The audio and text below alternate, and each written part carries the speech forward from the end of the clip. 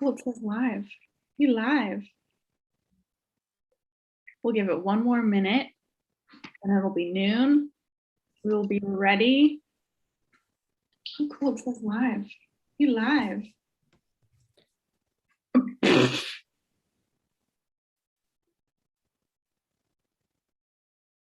All right. We'll get started in just a minute.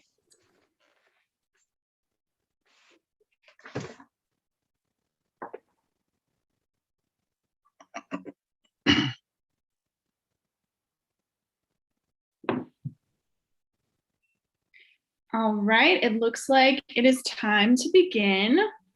Hello to everyone and welcome to Closing the Diaper Gap, a community conversation about the barriers to accessing diapers and incontinence supplies in the North Carolina Triangle area. My name is Elena Taylor and I'm joined by my team members, Megan Dale and Irma Alvarez Urbina. We are members of the Public Allies North Carolina cohort 2020-2021. If you haven't heard of Public Allies, it is a national movement committed to advancing social justice and equity by engaging and activating the leadership of all young people, with the mission of creating a just and equitable society and the diverse leadership needed to sustain it. So as part of our 10-month apprenticeship, allies are asked to develop, implement, and evaluate a team service project. So after learning that federal safety net programs such as WIC and SNAP don't cover the purchase of diapers or incontinence supplies, my team members and I decided to address the diaper gap with our team service project. So when we talk about the diaper gap, we are referring to the gap in social welfare programs that often forces caretakers to make the difficult decision between buying diapers or buying other crucial necessities such as food. My team and I dug a little deeper into this issue and found that 1 in 3 babies in North Carolina lacks adequate diapering supplies, and that disposable diapers are actually one of the most expensive necessities that caretakers need to purchase for their babies, costing an average of $80 a month. The lack of adequate diapering supplies is not only a significant stressor to the caretakers themselves, it's a significant health risk to children. Studies have shown that children who are not diapered appropriately are prone to UTIs, secondary skin infections, and sometimes require hospitalizations. After sharing this shocking information with our friends, our family, even our boss at Public Allies, and recognizing that they also didn't know about these barriers to accessing diapers in North Carolina, we saw that the best role we could play in addressing this issue was to act as a megaphone and raise public awareness. There are so many community experts already out there working diligently to close the diaper gap in the Triangle. And by collaborating with those experts and inviting them to speak to the different facets of this issue, we would be able to provide a multidimensional understanding of the diaper gap and amplify the work already being done by these community leaders we have with us today. So without further ado, it is my pleasure to introduce our panelists. We have Janice Verne, the Associate Director at the Diaper Bank of North Carolina. We have Patience Mukelabai, the Executive Director of Welcome Baby. We have Amelia Brenner, one of the Stabilization Mentor Advocates at Families Together. And we have Joseph Barnes, the Support Services Manager at the Durham Center for Senior Life. Thank you everyone for being here. We appreciate you. And first we will hear from Janice, who will provide a broader look at the barriers to accessing diapers at a statewide level. Thank you so much. Elena, I mean, you already went over, some great information about diaper need. I'll just add that, you mentioned 1 in 3 babies in North Carolina will experience diaper need. To give you a little bit more context, for the poorest families, just diapers for one child can be up to 14% of their monthly budget. When you're living in poverty, 14% of, a very small amount of money, it has a huge impact on families. besides the health effects that you mentioned, the stress, the chronic stress on families and caretakers of diaper need, and the physical effects of diaper need on babies, there's an often overlooked effect of diaper need.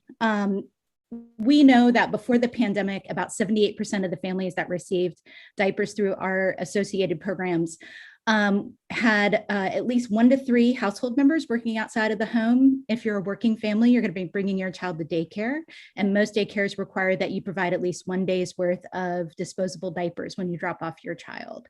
So if you don't have diapers, you can't go to work, you can't go to school. It is one more roadblock to family self-sufficiency. So to give you a little bit of background on how the Diaper Bank got started, our founder is also our current executive director. Her name is Michelle.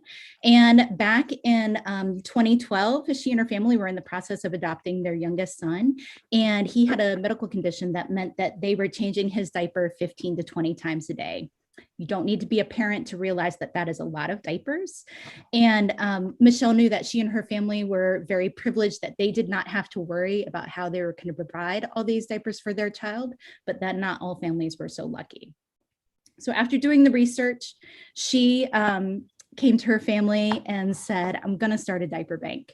And their reaction was like, very much like most folks' reaction to hearing about the diaper bank. That sounds amazing. How does that actually work, though? So we actually distribute a lot more than just diapers. We do period products and adult incontinence products as well. However, we are not doing direct distribution to families. We partner with amazing organizations like Welcome Baby and the Durham Center for Senior Life to distribute those products. And there are many reasons for that, but the most important is that we understand that these are issues that are not occurring in a vacuum. We know that families who are experiencing diaper need are experiencing food insecurity, are, need help accessing car seat programs or daycare or early childhood education. So we want to make sure that folks are connected to as many resources as possible. We have been very lucky during the pandemic that our partners almost immediately pivoted from doing in-person work with families to developing drive-through or other contactless methods of distributing products to families, and there was never any gap in service to families. So it's incredible. We feel exceptionally privileged to be able to partner with the organizations that we do. So I think that's a short rundown of what we do. I'm glad to expand on any aspect of that if you think of something, or I will be glad to pass the baton on. I think it would be great if you could talk about any information you have on any policies that might have contributed to this gap and in access, and anything that has contributed to kind of what we're seeing now in the triangle. Absolutely. So like Elena mentioned, there are no federally funded programs that provide help with diapers. And I think part of that is just the folks who developed those programs. It did not occur to them that diapers could be such a huge issue for families that are struggling to make ends meet. But there are some other issues as well. I mean, diapers and period products in North Carolina are still subject to sales tax. They're classed as a luxury item. I'm sure that, that's a whole other discussion about whether that's appropriate. There have been several bills introduced just in the last legislative session to abolish the sales tax on period products. Unfortunately, they did not cross over out of committee to be voted on by the General Assembly. But actually, the reason why our executive director is not able to be here today is because she is with another group lobbying state legislators about that issue. So also, I think that folks in our who make the laws and develop those programs don't understand quite or maybe they do understand the enormity of the issue. We distributed over 2.5 million diapers in North Carolina last year. And that was actually, we expected the number to go down a little bit because of the pandemic, but actually we distributed just as many diapers as we did in 2019. We were really lucky that organizations like Welcome Baby was able to really step up and increase the number of diapers they were distributing out into the community. Our biggest year was back in 2017 when Hurricane Florence hit. We distributed over 4 million diapers that year in North Carolina. And diapers are expensive. We're really lucky that we have access to purchasing programs where we're able to purchase diapers at wholesale, but still it's, 10 cents a diaper, 12 cents a diaper times 2.5 million, that really adds up. So it's not, it is an issue that is imminently addressable, but has not been a priority at the federal or state level at this point. So, yeah. There actually, I have to say, in California, just in the last couple of years, they have developed a program where folks who are receiving SNAP benefits also get a monthly allowance, I guess, a small amount of money to purchase diapers for their babies. And it's a pilot program. And so hopefully the research that will come out of that program will help further or expand that program into other states. Thank you so much, Janice, for such great and broad information. And I personally hope this pilot program is a success and it starts spreading out throughout the country. Thank you again for your information. Next, I will proceed with patient Mukelabai of Welcome Baby, who will discuss the effects that the diaper gap has on caretakers. Ms. Patience? Well, let me tell you a little bit about Welcome Baby. So Welcome Baby has been in existence since 1987, and we work with families in Durham. It started as a mental health program, but we've expanded to offering parenting workshops. We offer, so we are an early intervention program. So child abuse prevention. We offer parenting workshops to families in Durham with children ages 0 to 8. We offer indirect and direct services. So we have a car seat safety where families can come and get a brand new car seat from us for $15 on a sliding scale. As long as you have Medicaid or WIC, we won't ask for pay stub or anything. We also offer safe sleep. As you know, sudden infant death syndrome. We have a lot of children dying because of lack of safe sleep. So we provide cribs, again, on a sliding scale, $15 as long as you're Medicaid or WIC. And we also offer different opportunities for families to come to the Giving Closet, which is a community-supported service. All the donations that come into the Giving Closet are donated through the community. So these are children's clothing, any equipment that you need to raise a child, whether it be high chair, stroller, or anything, cribs, crib sheets, and clothes. And then that's where it comes into place, where we partner with the diaper bank. So where we can distribute the diapers to the families through the Giving Closet. And these services are open as long as you live in Durham County. These services are open to anybody who lives in Durham County. We do not ask for income. When it comes to the Giving Closet, you can come in, anybody is welcome. And through the diaper bank, I think, kind of looking at Janice, and when she touched about the distribution of diapers, what they did when COVID started, and it was so nice for them to share the numbers of showing how much we were able to distribute as Welcome Baby through the continued support and partnership with Diaper Bank of North Carolina. I think it was over 1 million diapers, right, Janice, and with over 20,000 children. So when she pointed those numbers, I was like, oh my goodness.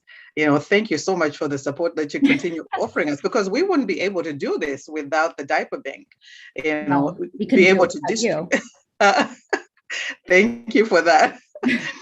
So and looking at also the families we served, that when COVID started was over 6,000 families that we served through because we saw an influx of families coming in to request diapers. when our numbers before, we were distributing probably 80 a week. We were distributing to about 80 families, and then it went up to 150 families per week. So that was a big influx in, showing the need. And I mean, I think you touched on how much it costs to have, just to purchase diapers per month, the $70 to $80 a month. That's a lot of money if you are worried about other, issues as far as putting food on the table, So this does not come in. It is a need that's not being addressed, and it really needs to be taken care of. And I'm glad that you guys are actually stepping up and kind of bringing a light to the need to change certain legislative laws, so it's not a luxury item. And I think also, in partnering with the Diaper Bank, we partner with a lot of organizations that actually refer clients to us, so we are able to continue distributing this amount of diapers, able to serve families, through the Giving Closet, parenting workshops, preventing child abuse. I think one of the challenges you talked about, the gap of the diaper that affected the population that we work with. COVID, a lot of people lost their jobs during COVID, and it really changed the financial landscape of a lot of families. And without these support programs that we have, I don't think we wouldn't have, a lot of families would not have had access to the diapers, would not have access to, even food, because we partnered with other organizations to just distribute food when families came over here, and so you can see how with just looking at COVID, but we can also look, before COVID started, the need has always been there. The need has always been there. So I don't know, is there anything else you want me to elaborate on?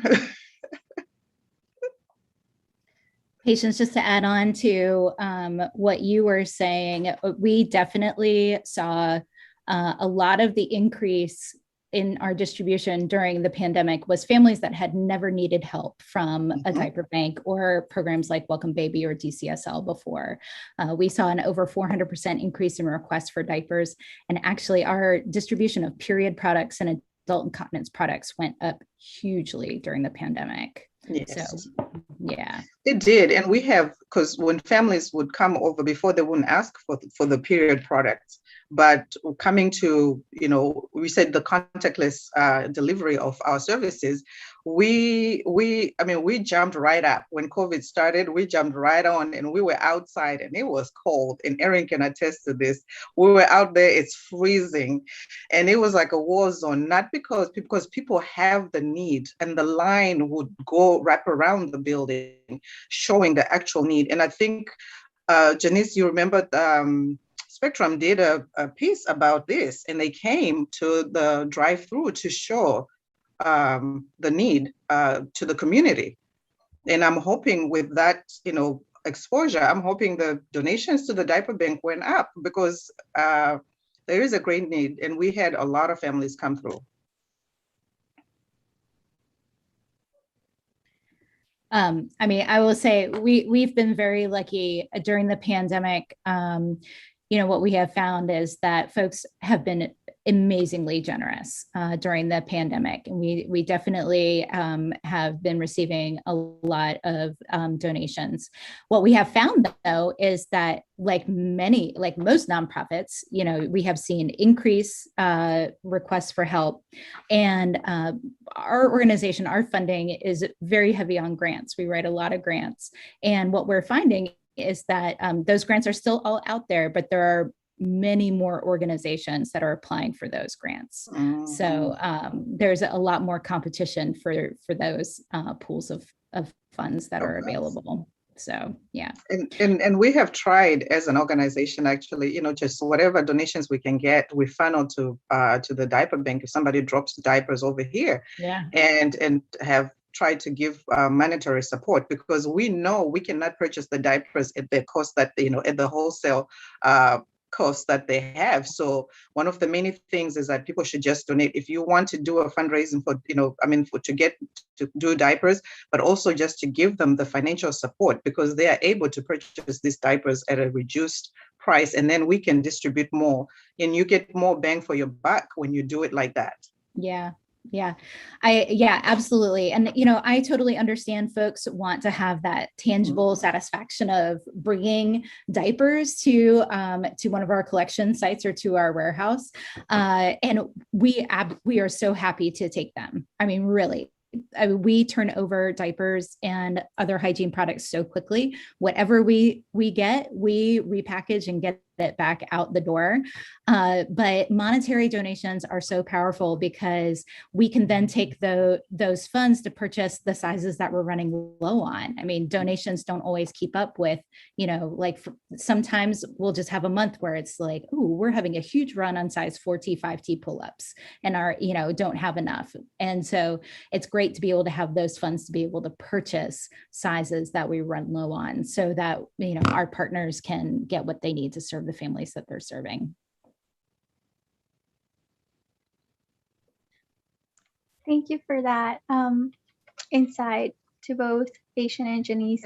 And just to, sorry, and then just to add to the need, and we have seen an increase of families that are, at that time, people crossing over, the border, south, and we have seen a lot of families coming through that have no financial means of taking care of their kids. So we have had that influx of, we work with the refugee center. We've seen an influx of refugees too. And so it's just not looking at the population that can go and apply for food stamps or for whatever assistance. It's looking at the entire population as a whole, just families who have no access to anything else financially, be it financially, they have no access, don't have access to any of that, the necessities that we need on a day-to-day basis. So being able to have the community donate, and in them seeing how what they have donated is being utilized, and giving reports like this, and you guys having this, so they can see and actually get the numbers and showing to say, hey, Diaper Bank, when COVID started, this is what they distributed. Welcome Baby, when COVID started, these are how many families they served. So they see the great need, because there is a great need, and not just on diapers, the feminine products, on clothes, on shoes. I mean, you name it, there is a great need. It's when you're taking care of a child, it's holistic, but we're looking at, we can't look at one little thing, say, oh yeah, we gave them formula, so that's enough. Oh, we gave them this, so that's enough. It's you have to look at the well-rounded, the picture of raising a child, and say, what is really needed to raise a child, and then you see these programs that are, the direct service programs come in and to help to take care of those needs.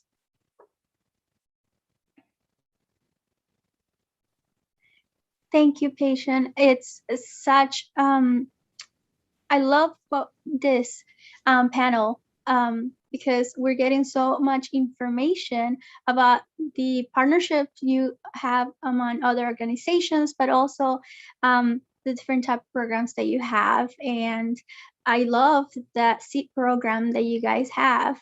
So thank you for all that insightful and helpful information. And I hope people that are watching also find it very helpful and useful. Now we will continue with Amelia Brenner from Families Together, please.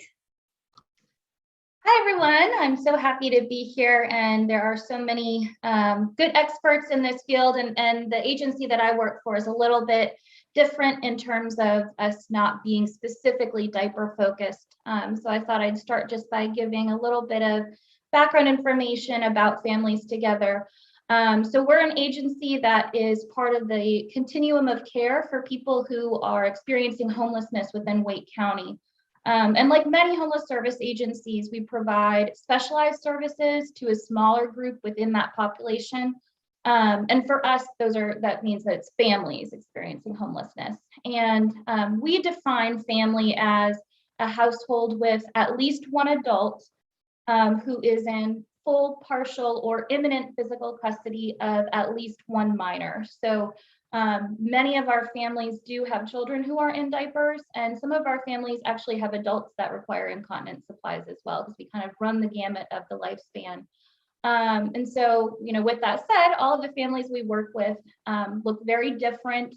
Like I mentioned, we've worked with grandparents who are raising their grandchildren. We've worked with parents with children who are currently staying with other family members until they can get into permanent housing. And then we have single moms and dads as well. So we kind of see that need on both sides.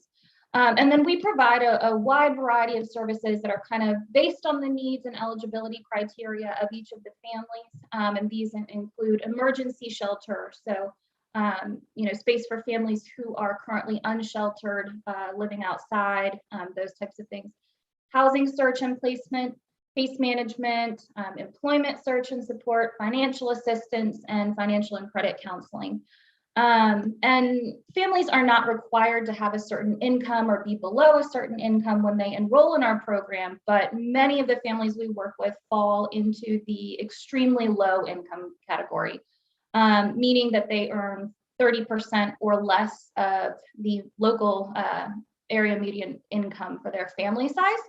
So in Wake County this year, a family of 4 is considered to be extremely low income if they earn less than $28,700 per year. But just to put that into a little bit of perspective, a 2-parent household with both parents consistently working a full 40 hours every week for a full year, earning minimum wage, would have an annual gross income actually below that limit. And when you take into consideration the many barriers to working full-time, the reluctance of most employers to offer full-time to begin with because they want to avoid paying out benefits, the lack of access to reliable transportation, the huge expense of childcare, and just kind of the general chaos that's part of the experience of homelessness. Many of the families we work with are considered part-time, and so they fall well below that limit. And like has been mentioned before, at the extremely low income level, most families are eligible and are receiving benefits like food stamps and WIC and Medicaid, but that doesn't really help them in terms of diapers.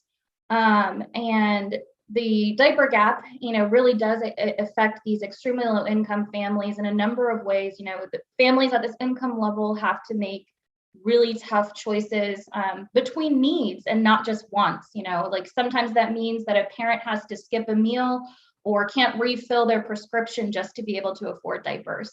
And paying for diapers is just totally unavoidable. Like was mentioned before, I think Janice brought up that most childcare centers require families to supply diapers in advance for their children, and some even require that you provide a large box or 30 days worth at a time.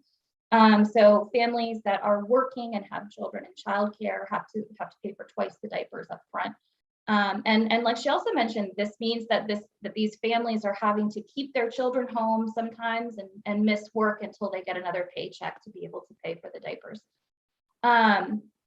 Something that is also offered as a solution to this is cloth diapers, which are a great alternative, and they do save some money in the long run. But when you're thinking about families who are experiencing homelessness, it's not really a viable solution because those diapers require consistent access to being able to wash and dry, access to having a sanitary storage method in between washing and drying them.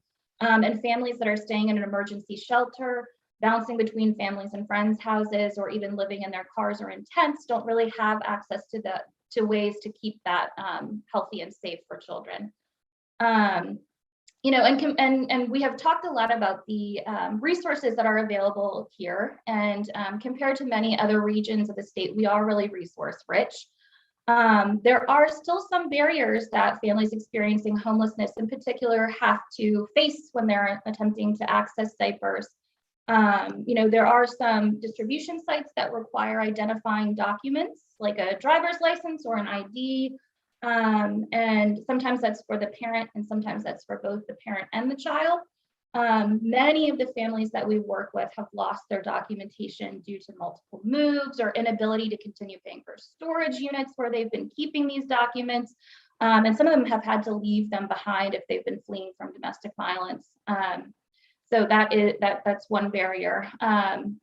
Another barrier is that, again, the people who are serving the people that are in most need are nonprofit agencies, and kind of by virtue of being a nonprofit agency, we're consistently underfunded and consistently short-staffed. And because of that, a lot of times the distribution sites are only able to offer a couple hours each week that families can go to pick the diapers up.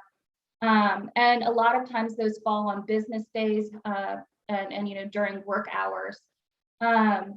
And that can make it really difficult for people who don't have access to a vehicle or somebody else who does have access to a vehicle to get to. It can make it difficult for parents who are employed that have relatively unforgiving employers to be able to take time off to get there. And then we have many families who are single parent households with multiple young children, and coordinating anything when you have multiple young children is a nightmare. And then, another additional challenge that has benefited a lot of folks, but kind of has made access a little bit more difficult for people experiencing homelessness is this shift to drive-up services. For the same reason that transportation can be difficult. And leading up to COVID, one way that families together would get around that is to pay for a lift, for the families to get to a diaper site. And then the families would go in, get their diapers, go back. But with sometimes with drive-up services, the Lyft drivers are not willing to wait because they don't get paid for that time. And it can be expensive to pay for the wait in a taxi. So that's just one other way that families experiencing homelessness have kind of these different set of barriers that we don't normally think of. Again, we are a housing agency, so our primary focus isn't specifically on closing the diaper gap, but there are several things that we do to try to decrease barriers to accessing diapers on both the community and individual level. So on the community level, we always jump at the opportunity to participate in any event like this that can raise awareness and bring things to the public attention. We also have a dedicated advocacy committee that is made up of staff members, board members, and some former clients that meet with community partners and different government groups to both spread awareness and to lobby for certain policies or programs that we think are important for our families. And then on the individual level, we assist families with the process of ordering their identifying documents and pay for any of the associated costs, which can help them access a wider range of diaper resources. If families don't have transportation but would otherwise be able to access diapers from a diaper site, we can provide transportation for those families. Or a lot of agencies have been really great in COVID and allowed the direct service providers to come and pick up the diapers for the client, and the client doesn't even have to be there, which has been really great.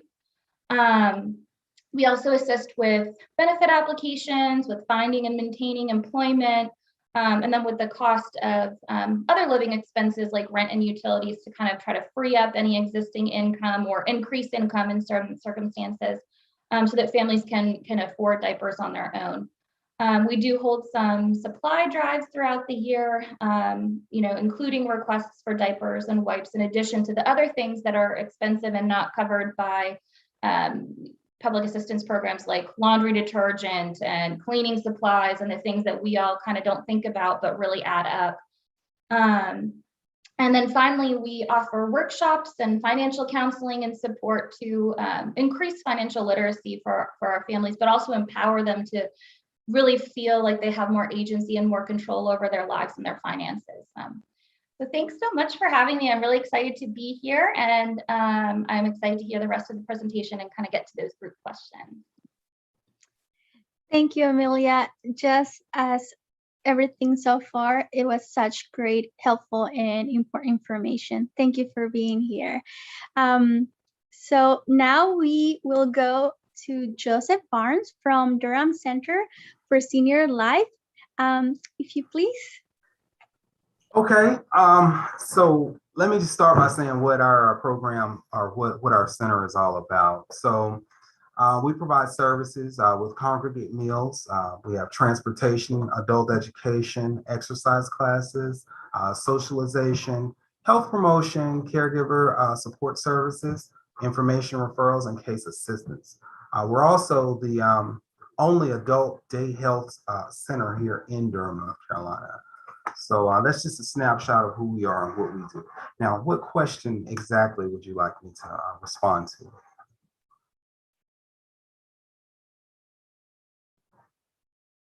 You're on mute. You're on mute. Sorry. I was asking if you could please address how the issue of the diaper gap affects our seniors in our community. Okay. Well, I'll start by saying that as far as our organization is concerned, our membership has great variance based upon this individual need. We are working with the Diaper Bank. We're very thankful for that partnership. And because of that partnership, we're able to give roughly diapers for 70 to 80 people per month.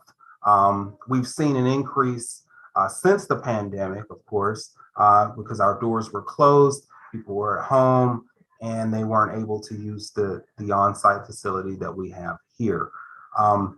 Because our members are a senior population, a lot of them feel more comfortable here discussing that issue because they can discuss it amongst themselves.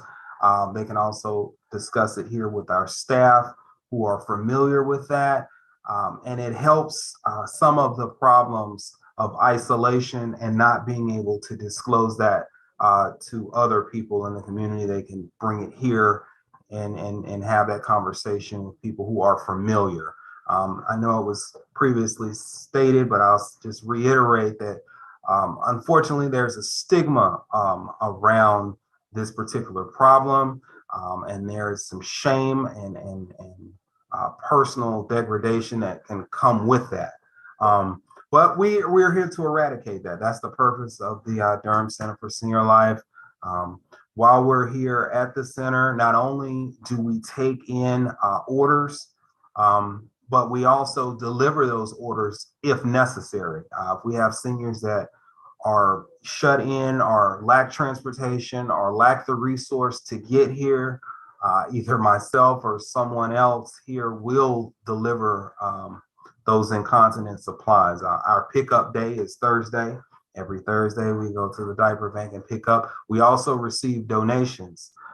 We take donations, and sometimes if we can't use the donations, like if they're kid diapers, then we'll donate them or drop them off at the diaper bank. One of the greatest barriers that I've noticed is insurance. A lot of people assume that Medicaid is going to cover the cost of the diapers, and we know that that is not necessarily the case. Medicaid does pay for incontinence supplies, but that coverage varies by the state, and it can be very difficult to qualify for.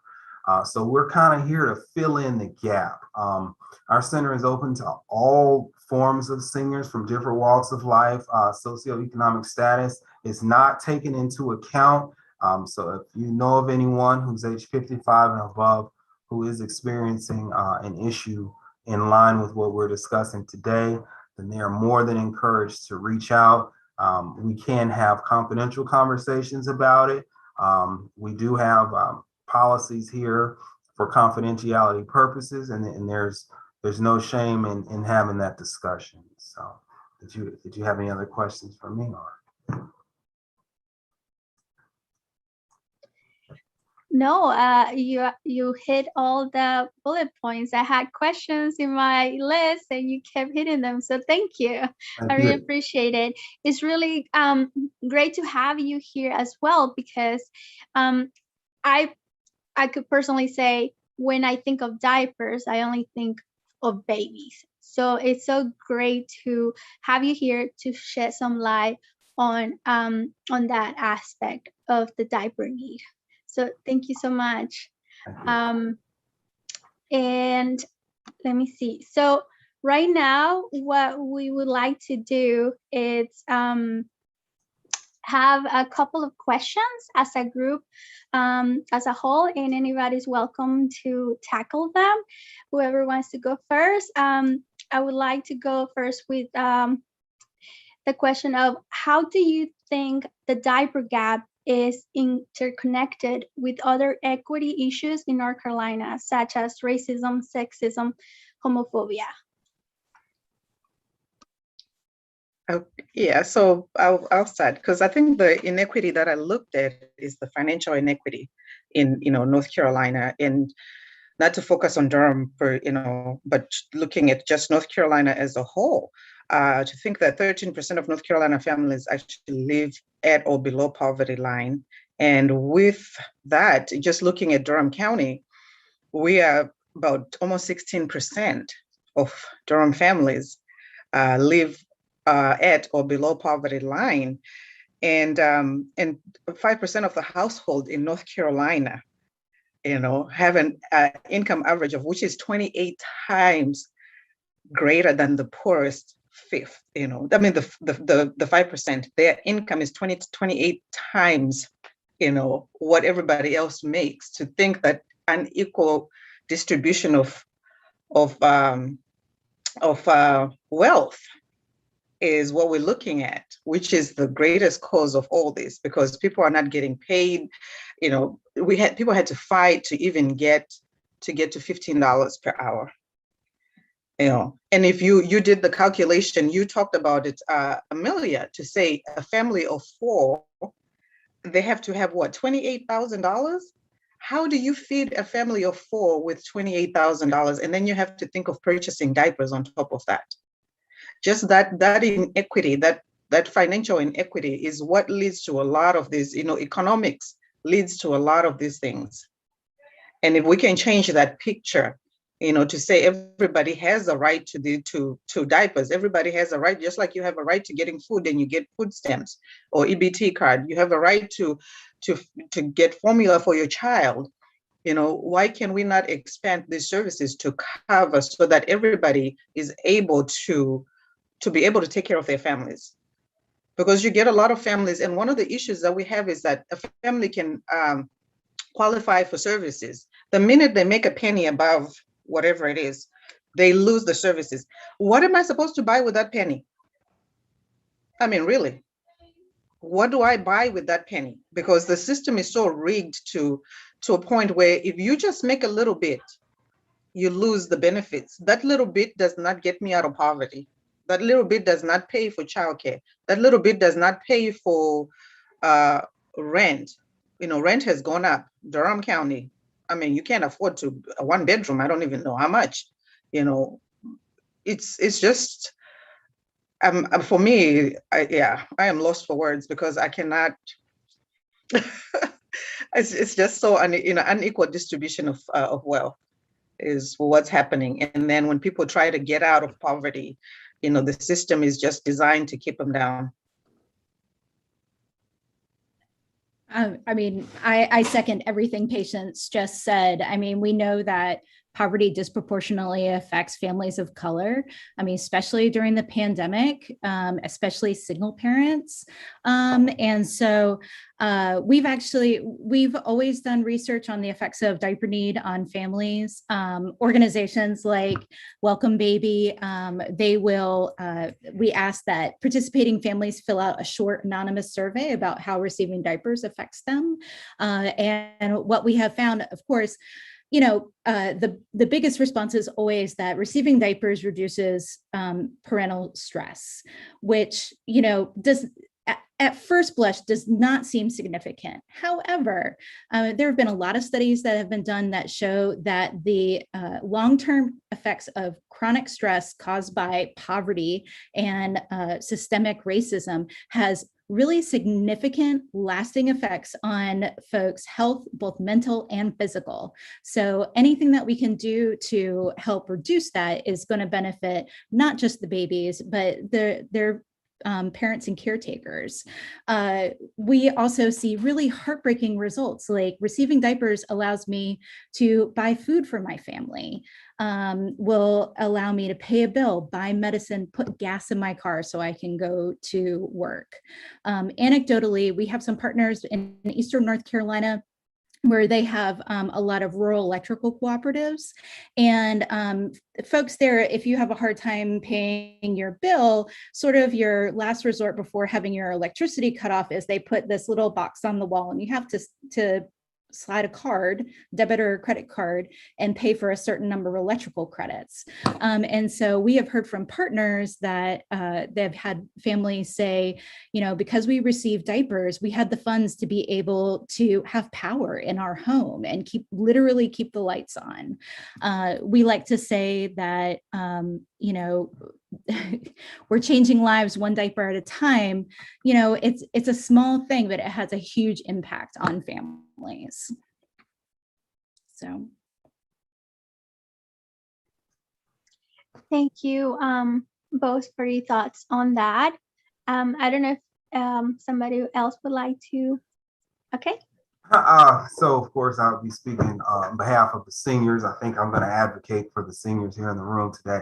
One of the things that I when I saw this question come up, I was trying to prepare myself for it. And so in doing so, I looked and I saw that the National Poll on Healthy Aging found that nearly half of the women ages 50 and older reported urine leakage, but often did not tell their doctor. Then I discovered that half of the adults ages 65 and older who live at home instead of a nursing home or similar settings suffer from urinary or bowel leakage, according to the Centers for Disease Control and Prevention. So then after reading that, I looked deeper into the subject and I discovered that it's majority of the seniors who are affected, because we're talking about intersectionality, were minority women. And the reason for, let me rephrase, were senior minority women. And the reason for that is because we'll start with work.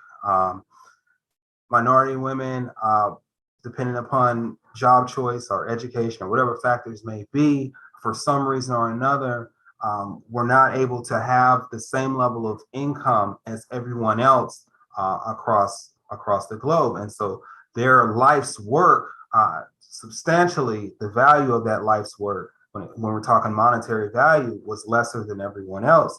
So then that triggered their Social Security retirement to be smaller than everyone else. And so, you know, once you retire, if Social Security is your primary source of income and you're still paying rent out of that, then whatever's left would be for food and, you know, survival.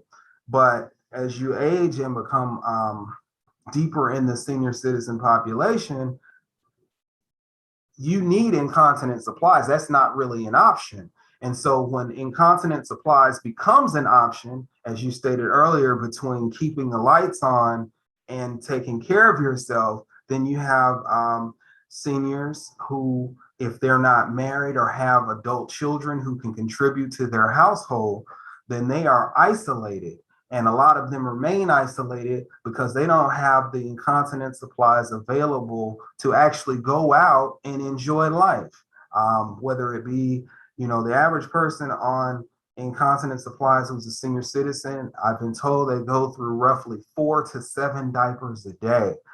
And so if you need 4 to 7 diaper changes a day and you, for some reason or another, don't want to carry a diaper bag to go out in public, then you would just remain at home. And so to answer the question, it was minority women age 55 and above who were typically more affected by a lack of incontinent supplies than any other demographic. And that statistic, I can shoot you the link if anyone wants to read that article. I don't have it readily available, but that's it. Yeah, so when I thought about this question, I thought a lot about just the kind of poverty stigmas in general. And like Ginny's mentioned before, you know, people who are living in poverty are largely people of color as well. And I think that it really ties a lot back to this idea of should, that if you're going to have a baby, you should be able to take care of that baby before you have it. If you are older and you're going to retire, you should have planned for that and you should have the money to be able to do that. When in reality, I think that a lot of the folks that have these kind of ideas have no idea, you know, what it's really like to live in poverty and how hardworking a lot of these folks really are. I mean, I know that I personally would struggle with having to work, you know, 30 to 40 hours earning minimum wage in retail, in fast food, in a job that does not appreciate you and that is backbreaking labor, and still keeps you down below the poverty line when you have people looking at you telling you what you should be doing instead. And so I think, you know, like was mentioned, there is a lot of stigma about needing diapers. And I know that one of the things that I hear a lot from the families that I work with is that there is a lot of shame in asking for that. And I imagine that that's true as well with senior citizens, because it's something that, you know, it's bathroom talk, right? It's potty talk. You don't want to talk about that anyway, but then to have to ask for support in that kind of basic human function is degrading. Yeah, I will say, you know, our experience is that folks are willing to swallow their pride to ask for help for their children or grandchildren or children that they're taking care of. It's much harder to ask for help for yourself, especially with period products and incontinence products. Like you said, there's a lot of shame and stigma that goes along with that. We try to work in a way that we are providing help to families that in a manner that preserves their dignity. We actually changed our mission statement a few years ago from distributing diapers to distributing dignity. And so it is a huge issue. As far as access, also, just to shift just for a moment, we did a study 2 summers ago looking at the cost of diapers in different zip codes in Durham. I'm sure it will not surprise anyone to hear that there's a correlation between higher prices for food in food deserts and higher prices for diapers in food deserts. It was a 1-to-1 correlation. And what we found, though, was that, you know, a lot of folks in Durham don't have access to like big box stores, you know, some bigger retailers where they could pay less per diaper. If you don't have transportation and you only have access to a corner store, that's where you're going to go to purchase diapers. So diapers generally were much more expensive at these smaller retailers for families. And we actually found one place in Durham that would sell single diapers for $1.50 each. So, you know, if you're a family that you don't have access to anything else and you have $1.50, you're going to buy that diaper. It's heartbreaking. So we talk a lot about how it's expensive to be poor, especially in a city like Durham. So where there's such a disparity about income and access. So that is, you know, and it's a form of like just price gouging and taking advantage of the, you know, because it's the same thing. You go to different, if you looked at the diapers, you can look at gas. Yes. Go in a zip code where, you're like, my goodness, why is it so expensive? Because you look at that zip code and you look at the population, you look at the poverty level in that population, in that zip code. Mm-hmm. And how can somebody be able to afford to pay for all these things at a premium? You know, if they don't have transportation to get out of that, neighborhood. If I don't have transportation, I'm getting on the bus. I'm going to get on the bus to go to work and come back home, not to be able to go to Costco and see if I can buy, in bulk, not to be able to go to Sam's or wherever, because then if I go to Costco, also they want a membership. I have to pay up front before I can get in there, So how are people supposed to be able to afford this when the whole system is just rigged against,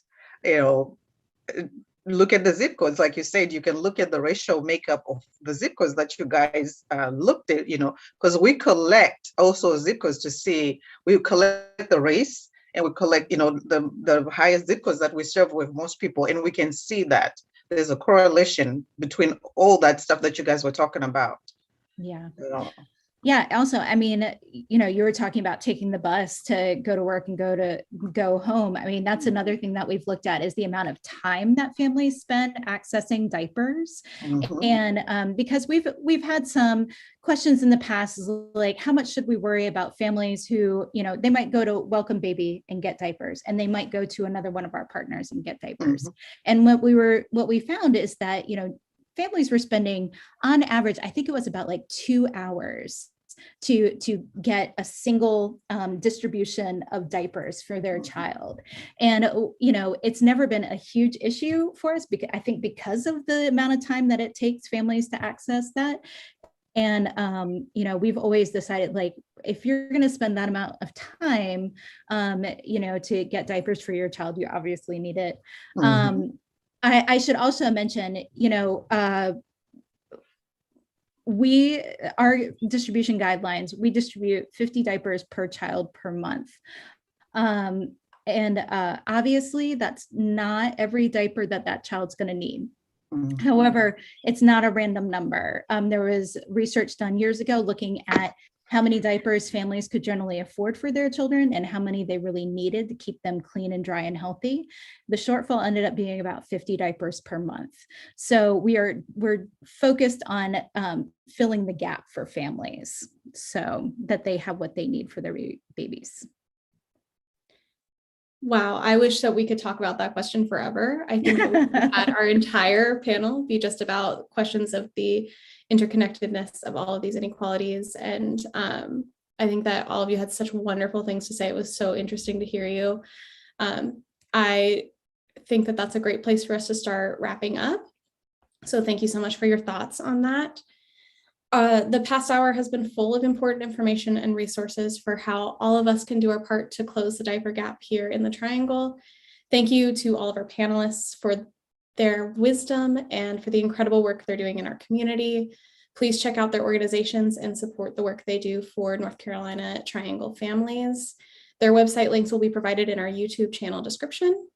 If you are looking for something you can do right now to contribute to closing the diaper gap in the Triangle, we will be holding a diaper drive over the next 3 days. And in order to maximize the benefits of your donations, all of those donations will be going to Diaper Bank of North Carolina, who is the largest state distributor of diapers to organizations in the Triangle, just like those on this panel, Welcome Baby and Durham Center for Senior Life. You can donate online via our Amazon wishlist, which will be linked in the channel description as well. There is, of course, an opportunity to donate in person at the offices of the National Institute of Minority Economic Development for the next 3 days, August 19th, 20th, and 21st. Details of this collection, including times and addresses, will also be listed in the description. We hope you will consider donating. Once again, all of the links to the websites for all organizations represented here today, our Amazon wish list, and details of the in-person donation will be in our channel description. You can find this if you click on our channel name below and navigate to the About section. Directly following the end of the panel, though, our description will be provided below the video, which you will be able to revisit and rewatch as many times as you wish. We had so much great information. I'm sure you'll want to hear it a couple of times over to be able to really absorb it. Thank you again to all of our panelists for participating today, the National Institute of Minority Economic Development for allowing us to use their offices to host our drive, and to all of you viewers for tuning in to learn how you can help to close the diaper gap.